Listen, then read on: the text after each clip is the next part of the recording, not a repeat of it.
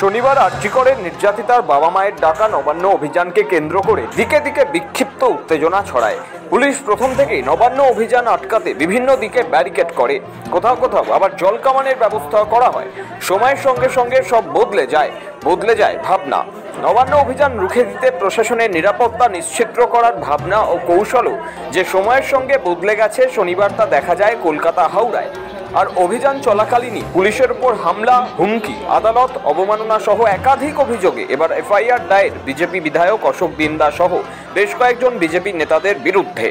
মোট 7টি এফআইআর দায়ের new market ও hair street থানায়। এখন অবধি 7টা কেস হয়েছে। অ্যারেস্টের ফিগার আমরা পাইনি এখনো।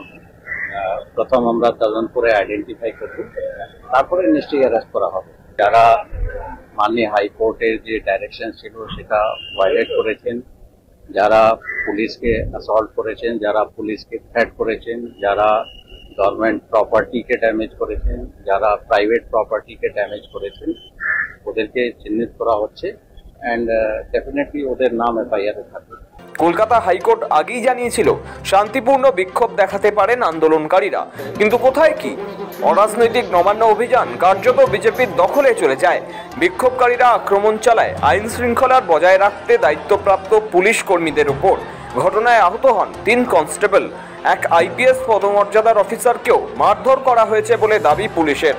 তাদের প্রাথমিক চিকিৎসা করা হয়েছে। শনিবার পার্ক স্ট্রিটে পুলিশের সঙ্গে ধস্তাধস্তি বাঁধে বিক্ষোভকারীদের। সাঁতরাগাছিতে উত্তেজনা ছড়ায়। পুলিশ বাধা দিতে গেলে তাদের উপর হামলা ও হুমকির অভিযোগ উঠেছে। সেই অভিযোগেই একাধিক ধারায় এফআইআর দায়ের করা হয়েছে। এদিকে পুলিশের বিরুদ্ধেই গুরুতর অভিযোগ তুলেছেন বিরোধী দলনেতা শুভেন্দু অধিকারী। তার দাবি, অভিযানে শান্তিপূর্ণভাবে অংশ নেওয়া সত্ত্বেও পুলিশ লাঠিচার্জ চালিয়েছে। এমনকি আরজিকর মেডিকেল কলেজের নিহত চিকিৎসক ছাত্রীর মা বাবাকেও মারধর করা হয়েছে। তিনি আরও দাবি করেন, পুলিশের হামলায় শতাধিক মানুষ জখম হয়েছেন এবং জাতীয় পতাকার অবমাননাও হয়েছে। এ বিষয়ে আদালতে যাওয়ার হুঁশিয়ারি দিয়েছেন তিনি।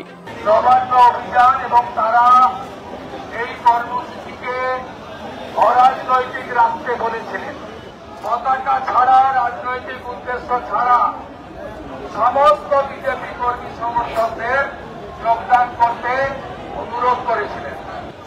আমিও খেয়েছি। 6 মাস পরে মুখগুলো সব তুলে রাখুন, মুখগুলো তুলে রাখুন। এরা জাতীয় পতাকা বাড়িয়েছে। হাইকোর্টে যাব, সুপ্রিম কোর্টে যাব, মনোজ বর্মা তার পুলিশকে দেশ করো না জাতীয় পতাকা পড়ো। বিচার হবে, বদলা হবে, বদলাও হবে। আমার মাকে মেরেছে, ঢাকা পলা ভেঙেছে, 100-র বেশি ইনজোর। একটা লাঠির গাওয়ানিও খেয়েছি। একাধিক এমএলএ, এক্স-এমপি, একাধিক আন্দোলনকারী মার খেয়েছেন। মার খেয়েও অনেকে এখানে এখনো আন্দোলনে আছেন।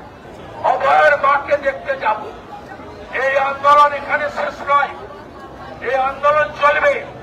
প্রায়োরিটি 1, অভয়ের মাকে দ্রুত সুস্থ করা। আমার দায়বদ্ধতা আছে। আমি উৎসাহিত করেছিলাম তার বাবা মাকে এই আন্দোলন করার জন্য। প্রায়োরিটি 1 তাকে সুস্থ করা। প্রায়োরিটি 2 আক্রান্ত আন্দোলনকারীদেরকে চিকিৎসা এবং সুস্থ করানো। প্রায়োরিটি 3 আগামী দিনের আন্দোলনের কর্মসূচি নিয়ে অভয়ের বাবা এবং আমার সভাপতি শ্রমিক ভট্টাচার্যের সঙ্গে আলোচনা করা।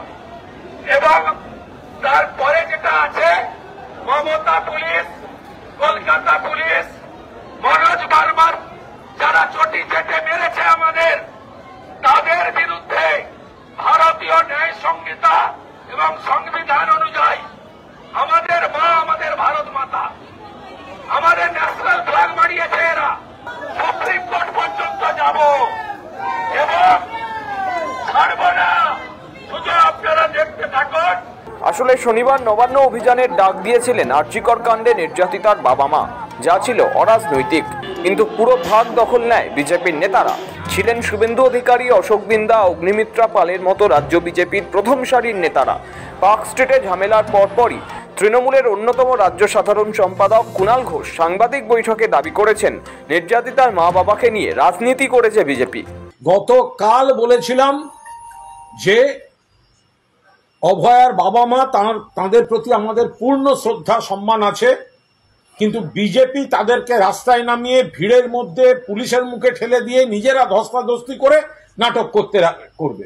অভয়ার বাবা যদি কোথাও আহত হয়ে থাকেন তাদের প্রতি পূর্ণ সহানুভূতি থাকছে, পূর্ণ সহানুভূতি থাকছে, কিন্তু তাদের আবেগকে নিয়ে রাজনীতি যারা করেছে আমরা তাদের বিরোধিতা করছি। অভয়ার বাবা মা তারাই সিবিআই ডেকে এনেছিলেন, অভয়ার বাবা মাকে কুৎসিত ভাবে রাজনীতিতে ব্যবহার করলো বিজেপির এই ন্যাড়া নাড়ু, গায়ে হাত দিল মহিলা। শনিবার এই নবান্ন অভিযানের পর থেকে অভিযোগ ও পাল্টা অভিযোগে ক্রমেই চড়ছে উত্তেজনা।